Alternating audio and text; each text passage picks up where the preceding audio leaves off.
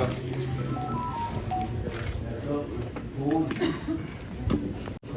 to the press conference on Conference of Power Ministers. The Minister of Power, Union Minister of Power, Housing and Urban Affairs, Sri Manohar Khattarji, MOS, Shripad Yeso Naik, Secretary Power, Sri Praveen Agrawal. We will start the conference with the opening statement from the Secretary. Thank you. Today in our day-long Power Ministers Conference, we had participation from 34 states and UTs. 18 states were represented by their Power Ministers, Deputy Chief Ministers, and J&K was represented by Honorable Chief Minister. Overall, we discussed 17 items. We started the discussion with the viability of the distribution companies. We discussed the implementation of rights of consumer rules, resource adequacy plans, particularly their implementation and update was discussed in detail. The states were urged to tie up the capacities which are required for the planning horizon of 2030 and even 2032. The issue of smart metering was discussed in detail. Some of the best practices were presented in respect of smart metering, both the implementation strategy and also the benefits derived out of the smart metering implementation, both in terms of revenues to the DISCOMs and the savings in energy savings which were basically accrued to the consumers were also discussed. The proposed ranking of DISCOMs was also discussed, the scheme was discussed, and there were some valuable suggestions which were received from the states. Honorable Minister could be in a position to give you further details. The implementation of PM Surya Ghar was discussed, and it was agreed that the scheme will be implemented at an accelerated pace. The issues of transmission and storage were discussed. Maharashtra gave us a very excellent presentation on the resource adequacy plan and how they are actually tied up more than about 40,000 megawatt of electricity requirement for future. So without much ado, I would request Honorable Minister to open. हमारी एक दिन की देश भर के ऊर्जा मंत्रियों की कॉन्फ्रेंस हुई और कॉन्फ्रेंस का मुख्य विषय ऊर्जा विभाग के द्वारा किए जाने वाला काम, उसका मूल्यांकन और आगे के उसके टारगेट्स, लंबे समय तक के जो टारगेट्स हैं, उसकी जो हमारी प्रोजेक्शंस हैं, उसको कैसे पूरा किया जाए। जैसा हम जानते हैं कि ऊर्जा ये हमारे इकोनॉमी का एक बहुत महत्वपूर्ण अंग है। देश को 2047 तक विकसित भारत बनाने के लिए हमको ऊर्जा की अपनी जितनी रिक्वायरमेंट है, हमारी इकोनॉमी को आगे बढ़ाने के लिए और इस पर पूरा उतरने के लिए हमारे सारा विभाग, सभी प्रदेशों की इकाइयाँ, वो सब इस पर लगी हैं। जो भी इसके स्टेक होल्डर्स हैं, चाहे वो नीति निर्धारण के नाते से सरकार अथवा सरकारी संस्थाएं और साथ ही जो डेवलपर्स हैं, यानी जो उत्पादक करता है बिजली के और सर्विस प्रोवाइडर्स हैं, साथ में नागरिक हैं, इन सब के ध्यान को यानी उचित ध्यान रखते हुए और सब बातों पर चर्चा की गई। जहाँ तक मांग का सवाल है, जो पीक डिमांड है, वो अभी पिछले मई में जो हमारी पीक डिमांड है वो मेगावाट 250 मेगावाट 250 गीगावाट की ये हमने सफलतापूर्वक उसको पूरा किया और ये हर साल आगे बढ़ने की उम्मीद है। तो जहाँ तक 250 गीगावाट जो पीक डिमांड थी, उसमें जहाँ तक फॉसिल फ्यूल की पावर है वो 200 गीगावाट और रीन्यूएबल एनर्जी की 250 गीगावाट की हमारी कैपेसिटी, उसमें से क्योंकि 20% ही उपयोगी होता है, तो लगभग 50 गीगावाट जो है वो रीन्यूएबल एनर्जी में से उसमें से प्राप्त हुआ। हमको इस प्रकार से हम अपने इस काम को पूरा कर पाए। आगे चल करके जैसे 2030 तक 500 गीगावाट रीन्यूएबल एनर्जी ये लक्ष्य हमारा है, जिसमें से 100 गीगावाट का हमें प्रत्यक्ष उसका उपयोग होगा और उसमें 400 गीगावाट फॉसिल फ्यूल की पावर होगी। वैसे इस डिमांड को हम उस समय तक पूरा करने के लिए प्रतिबद्ध है और वहाँ तक हमारी कैपेसिटी सब बढ़ रही है। प्लान आगे तक भी बनी है, 2047 की प्लान क्या होगी उस पर भी विचार किया है। तो इन सब बातों को पूरा करते हुए और सबके जो सुझाव आए उस नाते से हम आगे बढ़ रहे हैं। और इस अभियान को आगे ठीक से चालू से चलाने के लिए आपको पता है कि डिस्कॉम्स की जो फाइनेंशियल वायबिलिटी है, जो उसमें महत्वपूर्ण इशू होता है। तो डिस्कॉम्स की फाइनेंशियल वायबिलिटी, इसमें जहाँ भी कहीं कोई कमियां हैं उस पर विचार किया गया, क्योंकि अभी डिस्कॉम्स का कुल मिलाकर जो आउटस्टैंडिंग डेट्स हैं वो आज 6,84,000 करोड़ रुपया ये आज डेट्स हैं। और जो इसमें लॉसेज ऐसा मानना चाहिए कि वो 6,46,000 करोड़ रुपया इसमें से जो पावर के एक्यूमुलेटेड लॉसेज हैं, इसको कैसे कम किया जाए, इस पर तरह तरह की टेक्नोलॉजी, तरह तरह के जो सुधारात्मक विषय वो सब किए जा रहे हैं। और उसमें एक विषय रहता है वो जो गैप है ACS और ARR का गैप, इस गैप को लगातार कैसे कम किया जाए। पिछले वर्ष ये गैप था 45 पैसे पर किलोवाट आवर, यानी 45 पैसा पर यूनिट, और अब इस बार उसको घटा करके और हमारे सभी डिस्कॉम्स ने 21 पैसे पर यूनिट ये किया है। तो अपने आप में एक बहुत अच्छा सुधार ये इस वर्ष किया है। टारगेट हमारा है 0 गैप, यानी जो ACS अर्थात जो मेरी कॉस्ट ऑफ सप्लाई है और ARR जो रेवेन्यू है वो बराबर होगा, तब जाकर के लॉस कम होगा। अब पिछले लॉस को रिकवर करने के लिए उसमें से अगर माइनस पर चले जाते हैं, अर्थात कॉस्ट कम रहे और RR ज़्यादा हो, तब जाकर के पिछले लॉसेज भी उसमें कवर हो सकते हैं। जहाँ तक AT&C लॉसेज का विषय है, ये पिछले वर्ष तक 2022-23 तक लगातार नीचे आने की स्थिति में थे। 15.4% तक ये गया था, कभी ये 28-30% भी होता था, लेकिन थोड़ा इस बार की कठिनाई है, उसमें कुछ अकाउंटिंग के सिस्टम भी हैं जिसके कारण से इस बार 23-24 में 17.6% हो गया है। और इस पर भी कंट्रोल करने के लिए आगे विचार ये किया गया है कि अभी तक AT&C लॉसेज को, यानी 2 लॉसेज को एक्यूमुलेट किया गया है, टेक्निकल और कमर्शियल लॉसेज। आगे इसको 2 पार्ट्स में भी करके और अलग अलग करके मूल्यांकन करने की भी आवश्यकता है कि टेक्निकल लॉसेज कितने हैं, कमर्शियल लॉसेज कितने हैं। क्योंकि कमर्शियल लॉसेज का जो कारण है वो स्टेट्स की जो प्लानिंग है उस पर निर्भर करता है, ताकि वो ठीक से टैरिफ उसका तय करें, उसमें चोरी कम हो, बिलिंग सारी जो उसकी रिकवरी है वो ठीक से हो जाए। तो इस प्रकार से, और टेक्निकल लॉसेज जो हैं वो टेक्निकल पार्ट उसका वो डिपार्टमेंट के ऊपर निर्भर करता है कि किस प्रकार से उसमें और अच्छी अचीवमेंट की जाए, ताकि इस सारे विषय पर कंट्रोल किया जा सके। गवर्नमेंट ड्यूज, इसकी जो टाइमली है इसकी पेमेंट ये डिस्कॉम्स को हो, इसके लिए भी हमने आग्रह किया है। 2 उसके तरीके ये हमने उनको सुझाए हैं।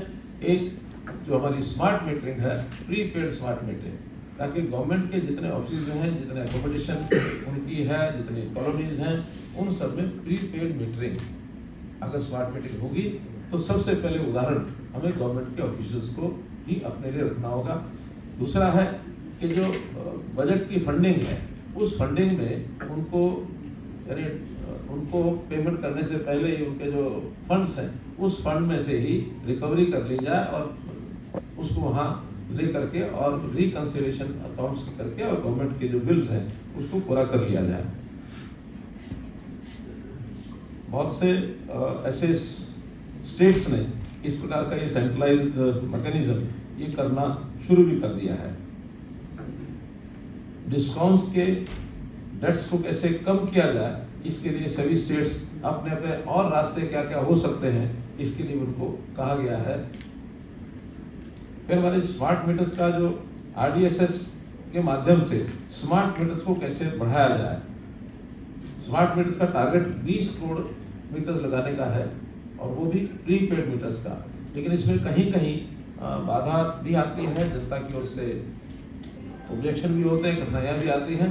तो इसका एक मैकेनिज्म हमने ग्रेडेड वे में उनको कहा है कि सबसे पहले जैसे गवर्नमेंट ऑफिस और अकोमोडेशन है, उसके बाद हाई लोड के कमर्शियल जो कनेक्शंस हैं, हाई लोड के इंडस्ट्रियल कनेक्शंस हैं, डोमेस्टिक कनेक्शंस हैं, और उसके बाद लो लोड के जो हैं लोअर साइड के, उनके ऊपर जाया जाएगा। तो एक धीरे धीरे इसका स्वभाव बनेगा, और जितने प्रीपेड मीटर्स हैं उस पर एक कंसेशनल टैरिफ भी लागू किया जाए। कुछ प्रदेशों ने इसको शुरू किया है, जैसे पंजाब ने 2% कंसेशन देना शुरू किया है। महाराष्ट्र ने 3% कंसेशन देना शुरू किया है।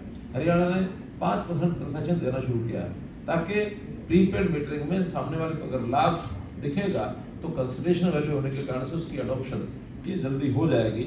इस प्रकार से भी अभी तक स्मार्ट मीटर्स 20 करोड़ में से 1 करोड़ 60 लाख ये मीटर्स लग चुके हैं।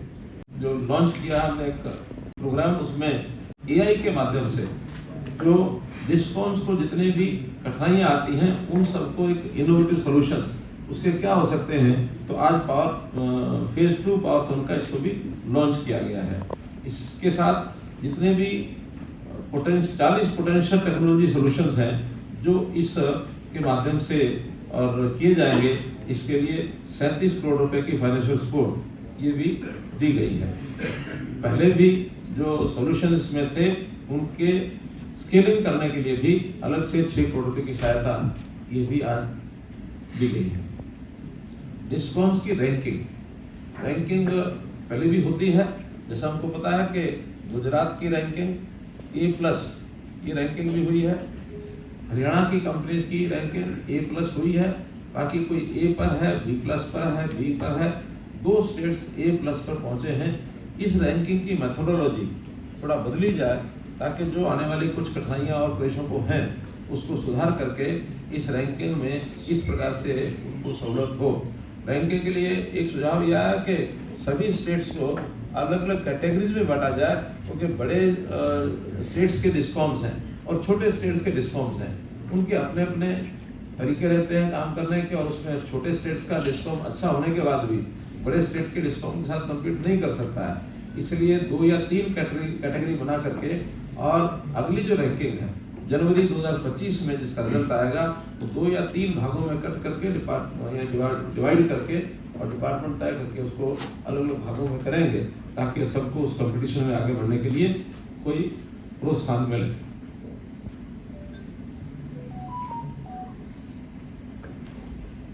कंज्यूमर्स के अपने जो राइट्स हैं और डिपार्टमेंट के जो अपने रूल्स हैं, इन रूल्स को बनाया जाता है कंज्यूमर के राइट्स को प्रोटेक्ट करने के लिए, ईज ऑफ लिविंग के नाते से उनको सर्विसेज अच्छी दी जा सके। तो उस नाते से कुछ प्रदेशों ने अच्छा काम किया है, जैसे हरियाणा ने ऑटो अपील सिस्टम बनाया है कि जो टाइम बाउंड सर्विसेज हैं वो समय पर नहीं दी गई, जो राइट टू सर्विस में रजिस्टर्ड है, तो उसमें ऑटो अपील हो जाती है, फर्स्ट अपीलेट अथॉरिटी, फिर उसके बाद सेकंड अपीलेट अथॉरिटी और फिर कमीशन। इसी प्रकार से बिहार ने भी, उत्तर प्रदेश ने भी ऐसे कुछ अपने सिस्टम बनाए हैं, उसमें भी ऑटो एस्केलेशन ये उन समस्याओं का हल होने के लिए सिस्टम है, ताकि समय पर लोगों को सेवा जो है वो मिल सके। इस प्रकार का उन्होंने काम किया है। जहाँ कहीं कंज्यूमर को उसकी सेवाओं को मिलने में कठिनाई आती है, कमी होती है, तो संबंधित व्यक्ति के ऊपर जिसके कारण से कमी रही उसके ऊपर फाइन लगाने का भी एक प्रावधान है, और वो फाइन जो है सरकार के खाते में न जा करके कंज्यूमर को उसका कंपनसेशन मिले, ये एक प्रावधान भी है। अभी इस प्रोसेस बहुत स्लो है, लेकिन हमने कहा कि प्रोत्साहन कंज्यूमर को भी मिले और काम करने की प्रेरणा जो संबंधित व्यक्ति है उसको भी मिले, इसलिए फाइन लगा करके और कंपनसेशन देने की व्यवस्था भी करें, ताकि किसी को अगर कोई उसकी हानि हुई है बिजली के किसी भी कारण से, सर्विस के कारण से, उसका कंपनसेशन उसको मिलना चाहिए, इसकी व्यवस्था भी हमने की है। रूफटॉप इंस्टॉलेशन ऑफ PM सूर्य घर, जो PM सूर्य घर योजना है, इसके अंदर अभी तक देश भर में 1 करोड़ 43 लाख ये लोग रजिस्टर्ड हैं, और उसमें एप्लीकेशन फिलअप करनी पड़ती है। 25 लाख के लगभग लोगों ने अप्लाई किया है कि हम इसको कनेक्शन लेने के लिए तैयार हैं। अभी 5 लाख ही ये जो इंस्टॉलेशन है, ये इंस्टॉलेशन 5 लाख हुई है, जिसके अंदर गुजरात, राजस्थान, मध्य प्रदेश ये अग्रणी है, बाकी प्रदेश भी इसमें आगे आने के लिए तैयार हैं। उसका भी उनको प्रोत्साहन देने के लिए बात उनको कही गई है। जैसा हम जानते हैं कि पावर का इंस्टॉलेशन का या ट्रांसमिशन का, पावर के जनरेशन का, ट्रांसमिशन का और डिस्ट्रीब्यूशन के बहुत बड़े बड़े प्रोजेक्ट हैं, इसमें इन्वेस्टमेंट बहुत अधिक होती है। अब ये इन्वेस्टमेंट कुछ फाइनेंशियल इंस्टीट्यूशंस हैं उनके ऊपर निर्भर करती है या बैंक्स के ऊपर निर्भर करती है। अभी भी और ज़्यादा इन्वेस्टमेंट की आवश्यकता है। 2030 तक ऐसा माना जा रहा है कि 42 लाख करोड़ रुपए का इन्वेस्टमेंट पावर सेक्टर में होना है। इतनी बड़ी इन्वेस्टमेंट के लिए पहले से जो मेथड है वो तो रहेंगे ही, साथ में कुछ कंपनीज जिनकी रैंकिंग अच्छी है वो कंपनीज लिस्टिंग के लिए भी आगे आ सकती हैं। तो ऐसे ये प्रावधान भी किया है।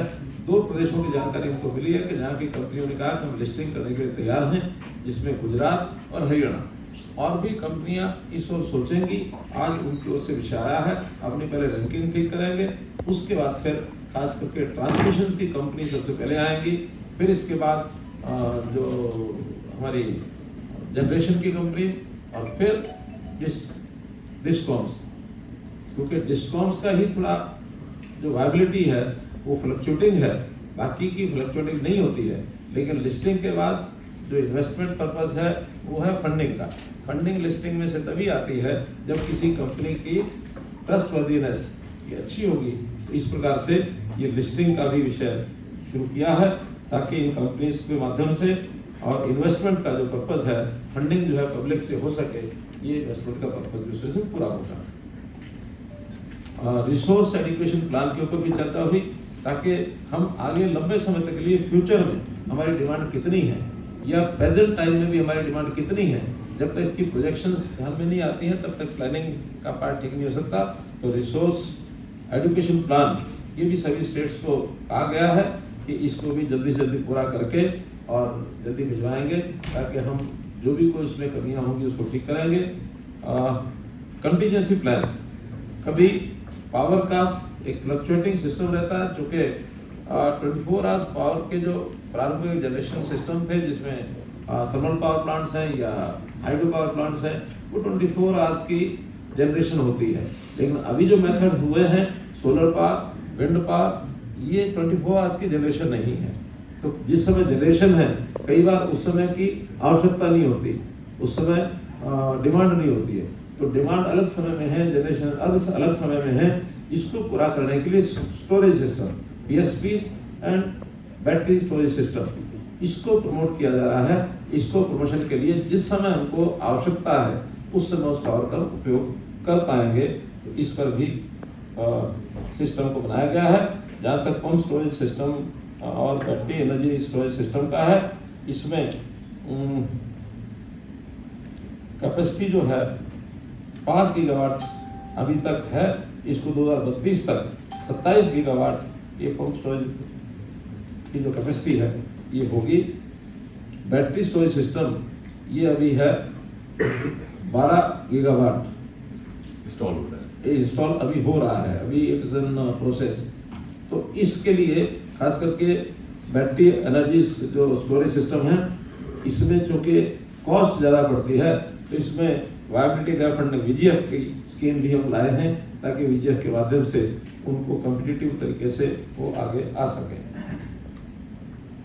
थर्मल पावर प्लांट में कुछ कठिनाइयाँ जो रहती हैं, उन कठिनाइयों में एक लिंकेज, कोल की लिंकेज विद पावर प्लांट्स, क्योंकि ये रैशनलाइजेशन समय समय पर करना पड़ता है। 2014-15 में ये रैशनलाइज किया गया था, लेकिन आज कहीं कहीं डिमांड बदल गई है, स्थान बदल गए उसके, या जो कोल माइंस बदल करके सप्लाई चेन में अंतर आ गया है, स्थान बदल गए हैं। तो इसकी नई रैशनलाइजेशन नियरेस्ट पॉइंट से नियरेस्ट थर्मल प्लांट को कोल मिले, जिसमें से समय भी बचता है कोल के ट्रांसपोर्टेशन में, फ्रेट भी कम आता है, कॉस्टिंग भी कम होती है। तो वो भी कोल हमारा जो डिपार्टमेंट है, कोल मिनिस्ट्री है, उनके साथ मिल करके और नया प्लान ये जल्दी से अभी आने वाला है। फ्लाई ऐश जो है, क्योंकि ये फ्लाई ऐश का डिस्पोजल ये अपने आप में बड़ी समस्या होती है, तो इसको भी जहाँ कहीं अभी पावर प्लांट्स हैं उसका डिस्पोजल हमारे डेवलपमेंट के कामों में हो रहा है, रोड्स में हो रहा है, लैंड फिलिंग में हो रहा है, और कहीं कहीं छोटे बड़े पर्पज जहाँ भी मिट्टी की आवश्यकता होती है वहाँ, या कहीं की ब्रिक्स वगैरह ये भी बनाई जा रही हैं। लेकिन पिट हेड्स पर नए प्लांट थर्मल के पिट हेड्स पर ही बने, इस पर प्राथमिकता दी जा रही है। तो वहाँ की जो ऐश है, जो अबंडेंट कोल माइंस हैं, उसको भरने के लिए, उसकी बैकफिलिंग करने के लिए उपयोग आएगी। और आगे भी इस टेक्नोलॉजी को और बढ़ा करके ताकि कोल पिट हेड्स के ऊपर हमारे जो जनरेशन के थर्मल प्लांट्स में लगाए जाएं, इस पर भी हमारी ये प्रायोरिटी रहेगी। न्यूक्लियर पावर, अब जैसा हम जानते हैं कि धीरे धीरे थर्मल पावर प्लांट्स इसको फेज आउट करना होगा और इसके जगह रीन्यूएबल एनर्जी, और जहाँ रीन्यूएबल एनर्जी की अपनी एक सीमा है, चाहे वो पानी है, चाहे वो सोलर है या विंड है, साथ में न्यूक्लियर पावर प्लांट्स, इसको प्रमोट किया जाए। तो न्यूक्लियर पावर प्लांट्स के लिए अभी तक जो 8 गीगावाट का जनरेशन कैपेसिटी अभी तक है, इसको 2032 तक 20 गीगावाट तक ये लाया जाए, तो इस पर भी प्लान चल रहा है। सभी प्रदेशों को ऑफर दी गई है कि वो अपने अपने प्रदेश में साइट्स के हिसाब से कहाँ कहाँ उनको ये करना है, क्योंकि इसमें कोई बहुत बड़ा रेस्ट्रिक्शन नहीं है या उसमें कंस्ट्रेंट्स कम है। पानी हो तो हाइडल का हो सकता है, कोयला है तो थर्मल हो सकता है, विंड है तो विंड लग सकता है, लेकिन न्यूक्लियर प्लांट देश में किसी भी जगह किसी भी कोने पर लग सकता है। थोड़े पानी की आवश्यकता होती है, रिवर के बैंक पर अथवा किसी कैनाल के रास्ते में, नहीं तो समुद्र किनारे, लेक के किनारे कहीं भी थर्मल पावर प्लांट जो है वो लगाया जा सकता है। इसलिए इसकी भी जानकारी जो है ये मांगी गई है स्टेट से। कुछ स्टेट्स ने वाटर सेस चार्जेस ये लगाए हैं। हम इसके प्रिंसिपली इसके हक में नहीं है, क्योंकि वाटर सेस चार्जेस का मतलब यह है कि किसी एक स्टेट की बिजली, उसका लोड दूसरे स्टेट जो कंज्यूमर स्टेट है उसके ऊपर पड़ने वाला है, तो दूसरे स्टेट के ऊपर कोई इसका वजन न पड़े in the shape of tariff. इसलिए ये वाटर सेस चार्जेस पानी के नहीं लगने चाहिए, और इसमें कुछ कोर्ट केसेस भी हुए हैं, तो इन सब का भी सोल्यूशन जल्दी से करने के लिए उनको कहा गया है। ट्रांसमिशन ये भी अपने आप में बड़ा विषय है, और जहाँ तक अपने देश का ट्रांसमिशन जो सिस्टम है, लार्जेस्ट सिंक्रोनाइज्ड ग्रिड, ये अपने देश भारत का है दुनिया भर में। इसका जो एक रोबस्ट ट्रांसमिशन सिस्टम ये बनना चाहिए, तो इसमें पावर की इवैक्यूएशन, जनरेशन से इवैक्यूएट करने का जो सिस्टम है वो ट्रांसमिशन के माध्यम से हो सकता है। तो इसमें आने वाली जो कठिनाइयाँ हैं, स्थान के ऊपर राइट ऑफ वे की कठिनाइयाँ हैं मुख्य रूप से, या कहीं फॉरेस्ट क्लियरेंस की कठिनाइयाँ हैं, उन कठिनाइयों को भी हल करने के लिए और खुल करके चर्चा हुई है, इस पर भी ध्यान दिया गया है। इंटरस्टेट ट्रांसमिशन सिस्टम, इसको भी किस प्रकार से, इस प्लान को किस प्रकार से मजबूती से लागू किया जाए, और इसमें भी कुछ डिमांड्स कई जगह की है कि इसके जो चार्जेस हैं इनको वेव ऑफ किया जाए, या इसका जो टाइम पीरियड है वेव का, क्या है हमारा जून 25, इसको एक्सटेंड किया जाए। तो इस पर भी डिमांड एक नोट की गई है, इसका विचार करेंगे। ग्रीन एनर्जी कॉरिडोर्स, क्योंकि आगे आगे समय वैसा आ रहा है कि ग्रीन एनर्जी के कॉरिडोर अलग से ही स्थापित करने होंगे। इस पर भी सभी स्टेट्स को ये कहा गया कि आप आइडेंटिफाई करिए कि इस प्रकार के ट्रांसमिशन प्रोजेक्ट्स ग्रीन कॉरिडोर के कैसे कैसे कहाँ हो सकते हैं। ROW ट्रांसमिशन के लिए लैंड की जहाँ तक विषय है, ROW के जो इश्यूज हैं उसमें लैंड की कीमत के कारण से कुछ फार्मर्स का ऑब्जेक्शन, विरोध है, उसको भी हल करने के लिए स्कीमें जो है विचार की गई हैं, ताकि किसान को उसकी ज़मीन का पूरा पैसा मिले, और जो ट्रांसमिशन लाइन्स हैं उनकी आने वाली जो बाधाएँ हैं उनको सॉल्व कर सकें।